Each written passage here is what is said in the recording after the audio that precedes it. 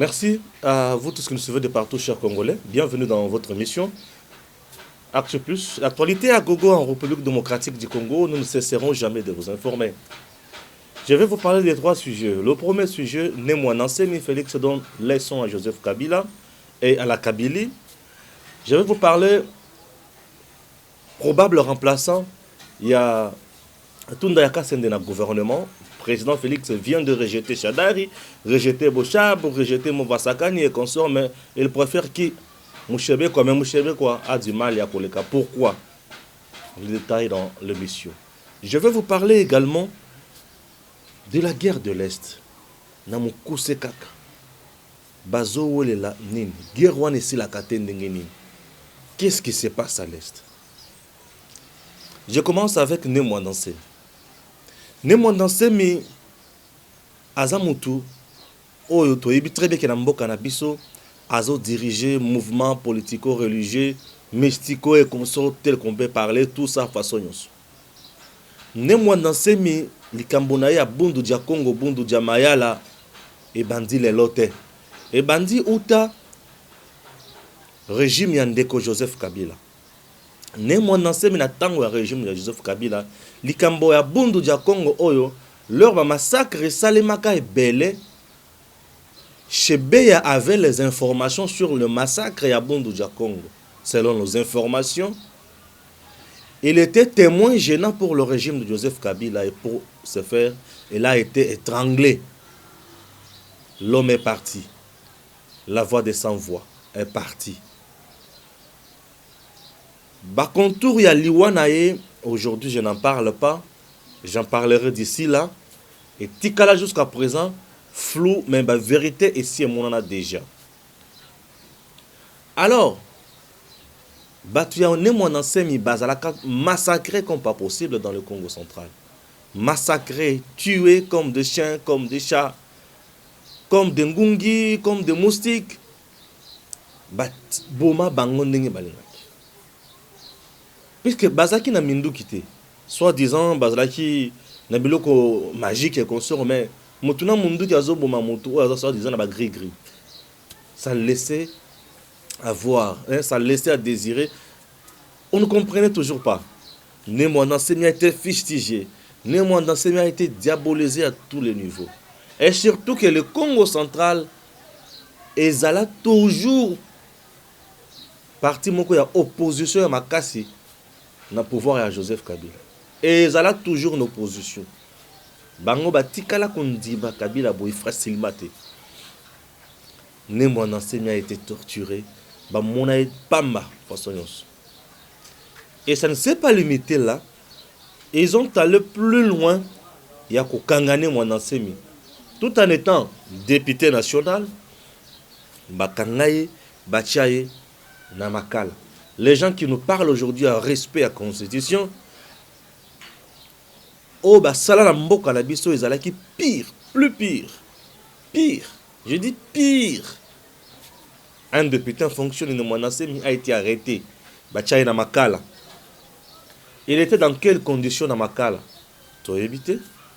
Bah, conditions, conditions inhumaines. Puisque Namakala, la prison na biso ya RDC et Zalaka, ba prison te. Voilà na ben na Kango, ba boloko. Boloko na sens ya lifelo. Puisque eza salité. Et le kokolia, eza te.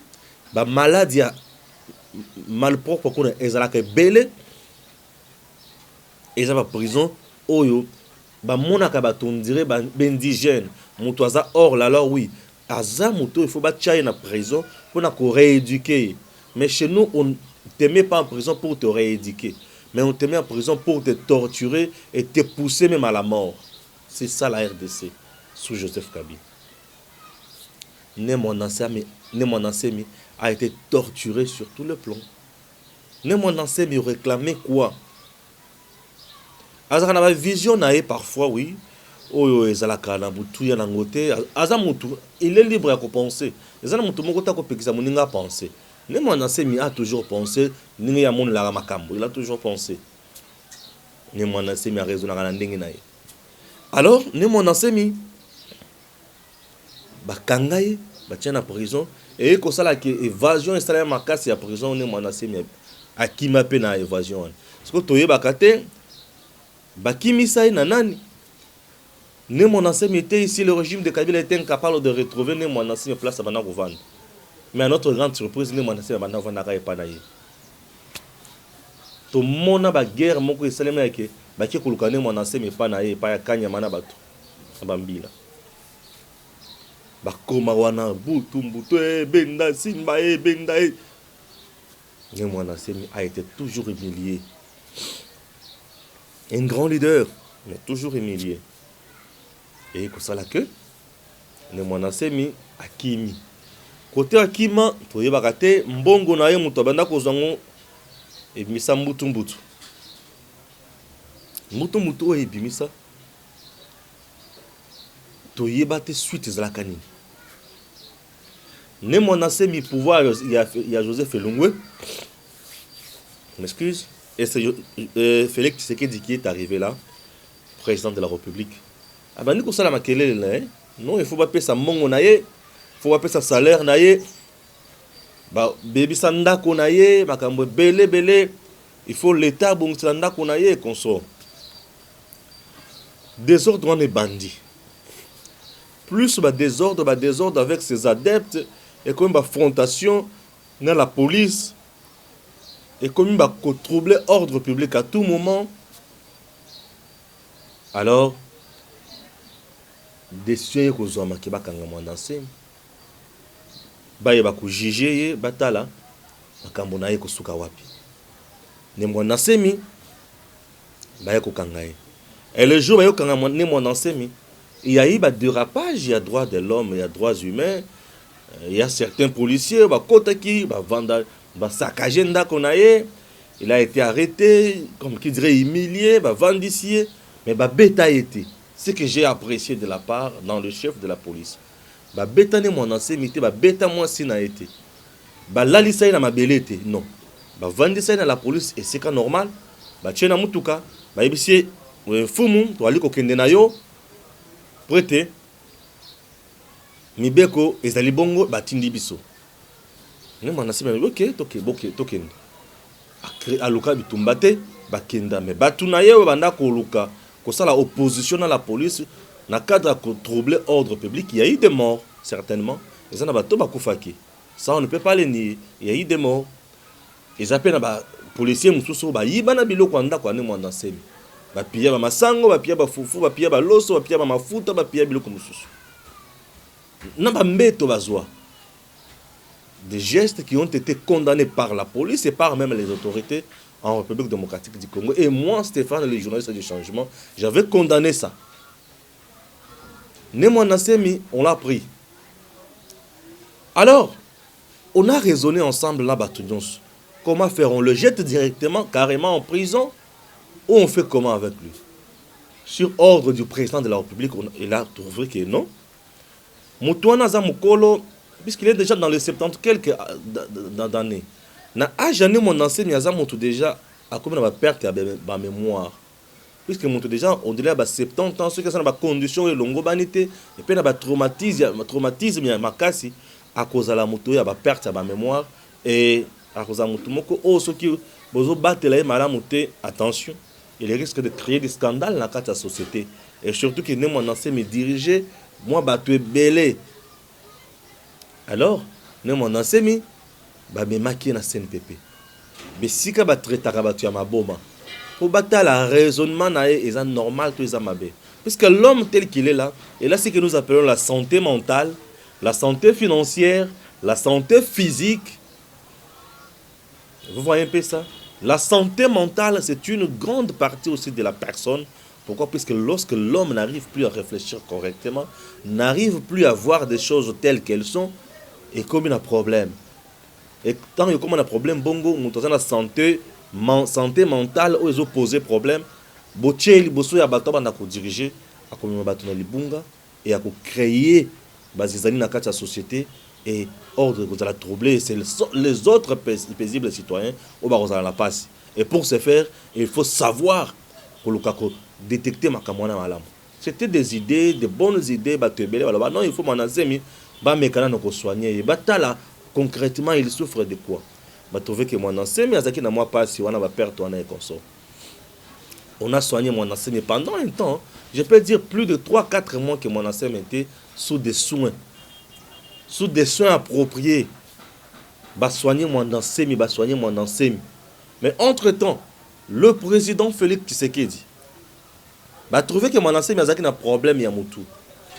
Est-ce qu'il fallait qu'il va kangaye ba tchana prison pour na makambo oyo nyo sezaki ya mabe oyo ba kometaki va trouver non. Il a commis ces actes là sous l'inconscience. C'est difficile à responsabiliser makambo tuan. Bref, on laisse tomber. Si le président le président le commandant suprême a trouvé que on laisse tomber. On laisse tomber. Puisque il y a une grâce. La dernière personne en RDC au pays qui donne sa grâce n'a pas tout et qui m'a se changer. C'est le président de la République. Et il a donné sa grâce. À l'objet, réhabiliter la maison de Némonancé. On a réhabilité la maison de Némonancé. On a donné à Némonancé, mais selon ma source crédible de foi via Olenankoy, une affaire de $100,000. Quelle bonne leçon Félix vient de donner à Joseph Kabila et à la Kabylie. Tout ne se règle pas kakana makofi, kakana minduki, kakana koboma, kakana kochana kasho na prison. Tout peut aussi se régler autrement. Félix vient de donner une bonne leçon. Et une bonne leçon, ça prouvait que non, c'est quelqu'un qui a le cœur. C'est quelqu'un qui a le cœur, il veut vraiment donner Moutounionso satisfaction, revendication. C'est tout à fait légitime. On a détruit sa maison. Il fallait qu'il y ait normal. Il a donné $100,000. C'est tout à fait normal. Parce qu'il réclamait un salaire dans l'Assemblée nationale. Jusqu'à présent, l'Assemblée nationale est tika la peko. Lukako bimi sa vérité est sur ma kamba salaire année mon asem. Obemina ko doit être poursuivi dans les kambouane salaire année mon asem. Tant tout ce bango na batu na bango ne mutu ba détourner année mon asem. La police ou la justice doit aussi se saisir de ce dossier là pour na ko lukako fongola na dossier contre Obemina ko na ko tala ke mbongo année mon asem ekenda wa pia salaire, c'est très important. Félix a ordonné bongisi ndako année mon asem. Bazongisi lende mwasi me biloko na ye ba bien na ye tout ba pesi ndako asika biloko asika ne mwana seme le rabimi escorté par Olenganko, le président du CNSA. Ne mwana seme a commis pas na ye à lobby. Je vais soutenir le président Félix. Si je ne le soutiens pas, j'aurai la punition des ancêtres. Bon, on a un discours na. Discours na ça m'a bêté ça malam. Politiquement, le président Félix, réellement, il a gagné. Les gens vont me demander, il a gagné quoi? Ah ouais. Bissot Ozawa journée, c'est un changement. Un, il a fait la paix avec Batu. Il y a né mon ensemi. Oh, il va comment qui koluka kosala makambo ya xénophobie na Congo central. Soit disant que né mon ensemi Batu Bakangi est président de la République. Le coup là, Moulouba, il faut pas kanga balouba. Ndé ba discours to comment qui les a koyoka yango wana. Par le gens mal intentionnés, au ba comment qui ko véhiculer ba discours wana na kati ya Congo central. Ça, le président de la République vient de mettre fin à l'oko wana. Maintenant que ba réhabiliter, ba zongisi qu'est-ce que je dis? Ba zongisi na ba droit na ye ba PC makambo, ba zongisi vie na ye. Parce qu'il est presque abandonné par ses enfants. Mon ancien, il y a des enfants, de grands garçons, de grandes filles en Europe. Mais aujourd'hui, ils viennent d'être mis dans ses droits.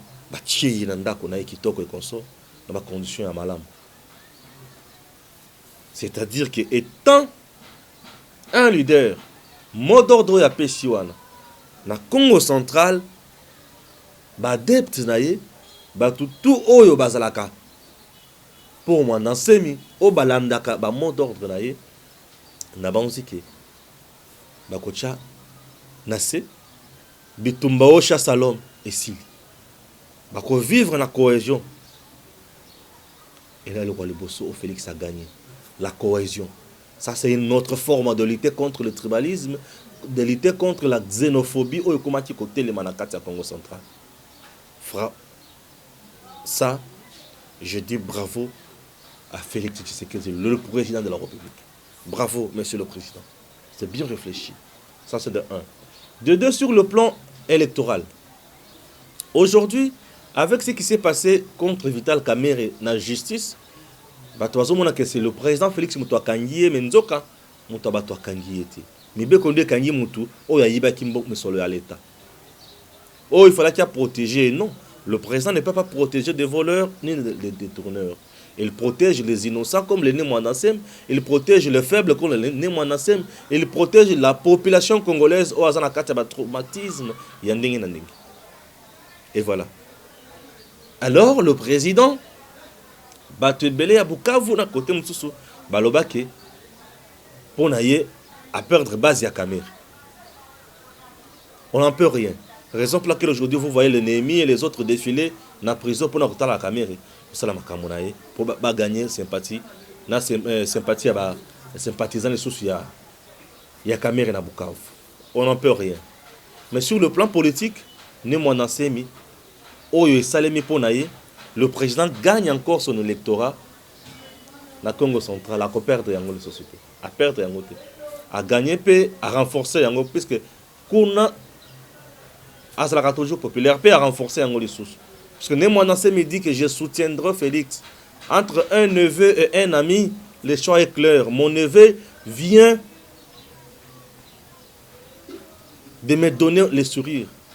Mon neveu vient de construire ma maison. Mon neveu vient de me donner la joie. Mon neveu vient de me faire soigner. Et voilà.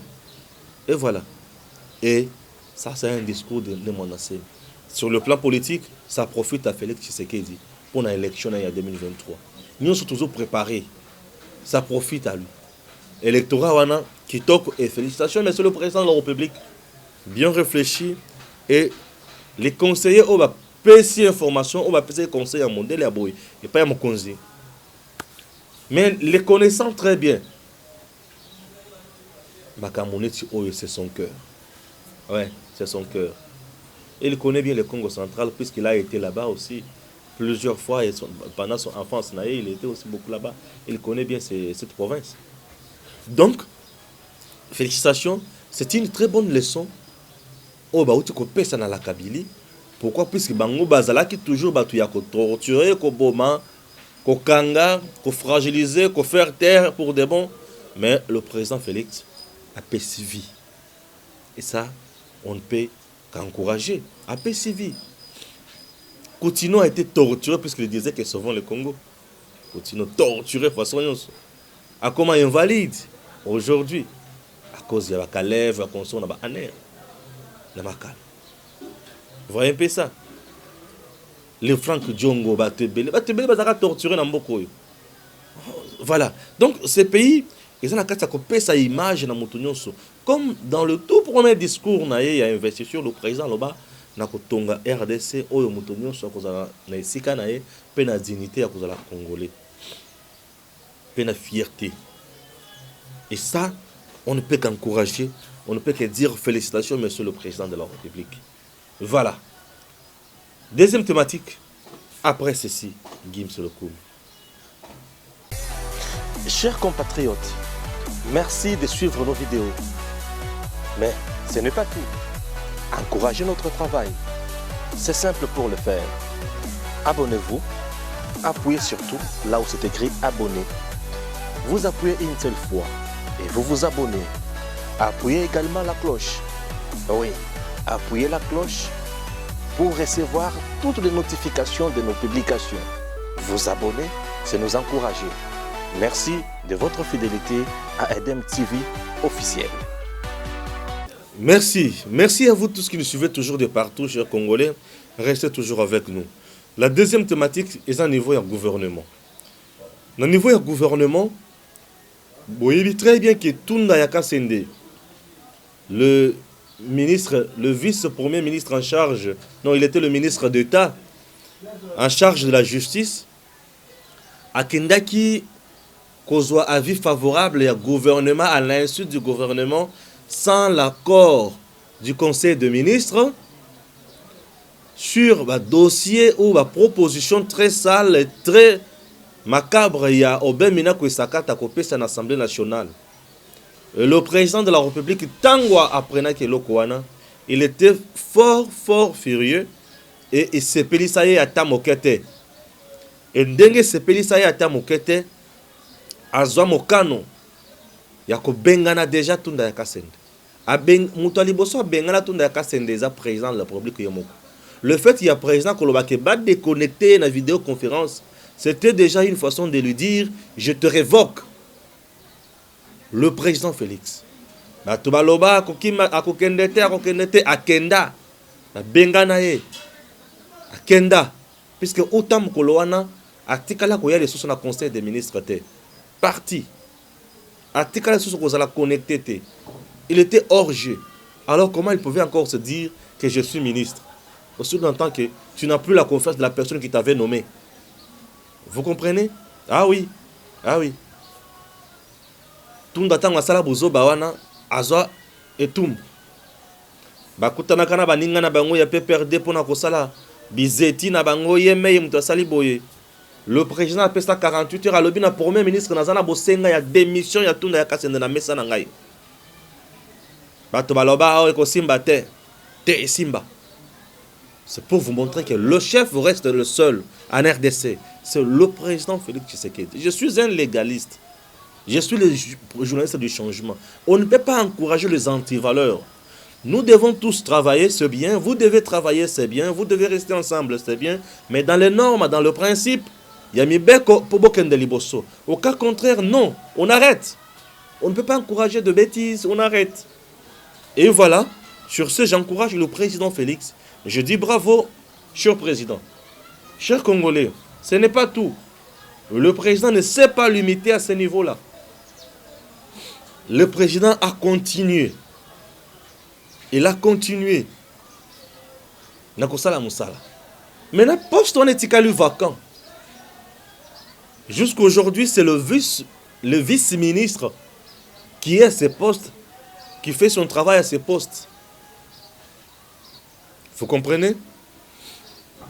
Le vice-ministre qui fait son travail à ce poste. Maintenant, Tunda a vendu dans mon pensée. Bah, il peut perdre le lobby. Non, poste, on est à poste, mais il faut tout de là. Mokonzi, bah, combo pour nommer. Système à 3-5 noms. Le système en bandaka là. On ne peut pas envoyer au chef un seul nom. Non, ça c'est vous avez décidé à sa place. Dans son pouvoir discrétionnaire, et loba allait à Tundu. Mokonzi, dans son pouvoir discrétionnaire, on n'envoie pas au chef un seul nom. On envoie au chef plusieurs noms pour que le chef décide. Et maintenant, on a envoyé plusieurs noms au président de la République. Le nom le plus cité, c'était Mouvasakani, Henri Mouvasakani, Évariste Bochab, Luzolo Bambi et Marie-Ange Mouchebekwa. Vu le parcours de Yabatunion Oyo, le président de la République a jeté son dévolu. Alors, voilà, je préfère Mouchebekwa Henri Marie-Ange. Alors, tu peux perdre Balobi. Ça bloque, il y a un problème. Jusqu'à tard, vers 3h, 4h. Bazui comprometté. Tu peux perdre Balingi Marie-Ange Mouchebekwa, puisque Marie-Ange Mouchebekwa n'est pas du père perdre, semble-t-il. Semble-t-il. Et Bango Balingi Obe Moutou, kaka ya peut perdre place one. Na tout ne me pose na nini. Ils allaient poste na bango, ils allaient kota na bango bakotike lango Moutou te. Ya on a eu sakabino FCC château ya carte oyo batonga likolo ya zelo. Il y a beaucoup de frustrés là-bas. Il y a beaucoup de mécontents là-bas. Il y a beaucoup de partis politiques qui composent le FCC. Mais oyo bazana kati ya kozala la passe mikolo nyonso. Puisque FCC obe pe perdre mutu akonzaka. Azwaka nyonso ya motu ya ezana maboko pe perdre. Atikela kabato eloko te. Et ça, le coup, la cache. Cache a pris ministère, il y a budget. Après, c'est la INC. IDP, ça accepté. Après, c'est la INC. IDP, ça a joué intérêt. Après, c'est INC, budget. C'est pour vous montrer que partage, c'est normal. Mais là-bas, non. Là-bas, non. Finance peut perdre. Justice peut perdre. Primature peut perdre. Assemblée nationale peut perdre. Comment vous voulez? Ça, c'est quoi ça? Ça, c'est quoi ça? Donc, nous sommes tous les Akabango. Nous sommes tous les Abango. C'est pour vous montrer que le président Félix, c'est un monsieur honnête qui fait bien son travail, qui coopère bien avec ses alliés.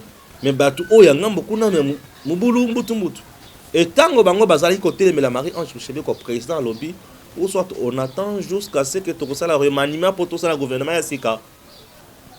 Au cas contraire, bah comme monsieur soit na kozo yangote, bazo bochab jamais, bazo lozolo jamais, bazo mova sakani jamais, jamais. Bazo na bosenga ya bato baza crédible, bato bakuti ko sala musala malamu, bato o bakozala problème te pour le président de la République, mais bato bakozala pembe na président lokola ba solution na politique ya président pour na makambo kende liboso pour na mboka na biso etombwama et ça la makambo ya mutuya et non makambo ya mboto kaka. Et ça, ce dossier est à un niveau 1. Troisième dossier, le dernier dans cette émission, c'est le Cambouya Est. Le Cambouya Est, où Joseph Kabila a na pouvoir et Silate. 18 ans au pouvoir. Bitumba wana et Silate. Bitumba et Silate. Batu kokufa obese kokufa. Ba rébellion ebele banda kaka na Est. Est wana ezali kobomba nini? Ezali kobomba ba minéraux ebele. Est ezali motema ya communauté internationale la bato ebele o bazalaka wana pona koboma ba congolais bango bazwa minéraux wana. Na landi documentaire moko elakisi que Joseph Kabila fait partie ya bato oyo baza ba seigneur na kati ya Est. Oui, documentaire wana elobi ke eza na coin moko o ba salaka ba minéraux. Bazo sala ba minéraux, bazo sala biloko ebele et coin wana ezalaki géré, sécurisé par le moura de la présidence à l'époque de Joseph Kabila. C'est-à-dire que il connaît la vérité sur l'Est. Il connaît la vérité sur l'Est.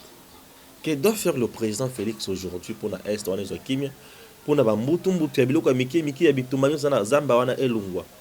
Je souhaiterais avec sa diplomatie qu'il aille au niveau de la communauté internationale contacter batunyon so bazo tirer ba ficelle na kati ya Est.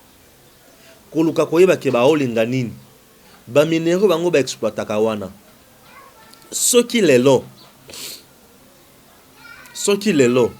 ye ayokani na bango que l'état congolais na bango ba signer ba partenariat ba exploiter ba minéraux nyonso wana ensemble et kozala mabe te kozala malamu nesika bato banda kokufa tongo midi poko soki ayokani na bango tokoyeba ba o bazala kala mboka na biso oyo batiraka profit kuna nesika to banda ko accuser bango faussement à tout moment tokoyeba bango.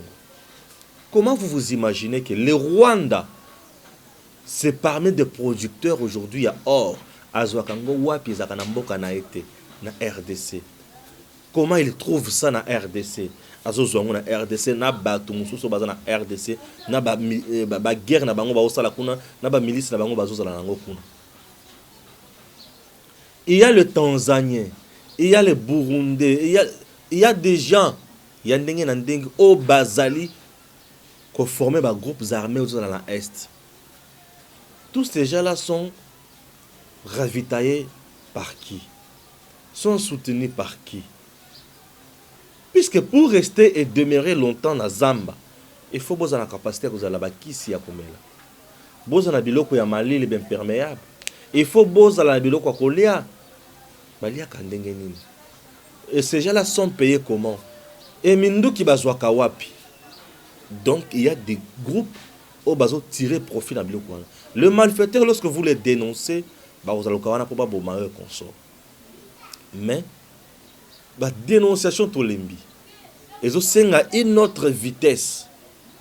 Une autre vitesse. Il y a kolukana no coopérer malamu. Kotala qu'est-ce qu'il faut faire pour na kimia izala. Et Tumba, qu'est-ce que je dis? Numbi, général 4 étoiles, 5 pour bien dire. Yamunene, Nandenga Kenda Boye. Il pouvait être fier, Yakolobaki na silisa qui guerre na Est. Mais atikala ko silisa te. Bambouda mabe ba kenda ba te belé ba général et belé ba généraux ya ndenge na ndenge. Ba kenda na makambo Est wana me kimia bitumba esela kakate. Sachant très bien que le groupe armé Moko, et qu'on a plus de 300 000 hommes, et qu'on a plus de 1000 hommes, ça va 300, 400, 500, 200 et quelques. Mais nous avons une armée bien équipée, mais qui n'arrive pas toujours à déloger nous sur la bastion. Donc, il y a quelque chose. Cherchons à contourner le mal. Ne cherchons pas à attaquer les conséquences du mal, mais cherchons à attaquer les causes du mal. On peut arriver à une bonne solution durable. Et ça va faciliter la paix à l'Est et la population à vivre mal. À ce que la paix n'a pas. Au cas contraire, que cela toujours passe. C'est un dossier que je viens d'ouvrir. Dans un niveau d'introduction, je vais essayer d'avoir plus de données pour comment on développement, puis pour comment la conclusion. Mais dis-moi dans l'introduction, je trouve que ma piste de solution que je propose à mes dirigeants est occupée qu'au tenir, puisque je sais que le président Félix avait dit, ceux qui ont créé ma Camboya Est, et si vous avez Bitumba, tu créé une zone économique et vous avez mal mingi. Les pays voisins ont gagné, ils ont gagné et vous avez mutué mingi et kimi et kokota. Et ça j'avais aimé. Merci président de la République. Kobana makanisi, on a les sources pour tout ce que ça peut donner. Merci à Gims Loko, merci à IW, Paradis du Bonheur. Merci à Batunion sur le Mécénat Kolanda Bisso de partout. Que Dieu bénisse la RDC et à très bientôt.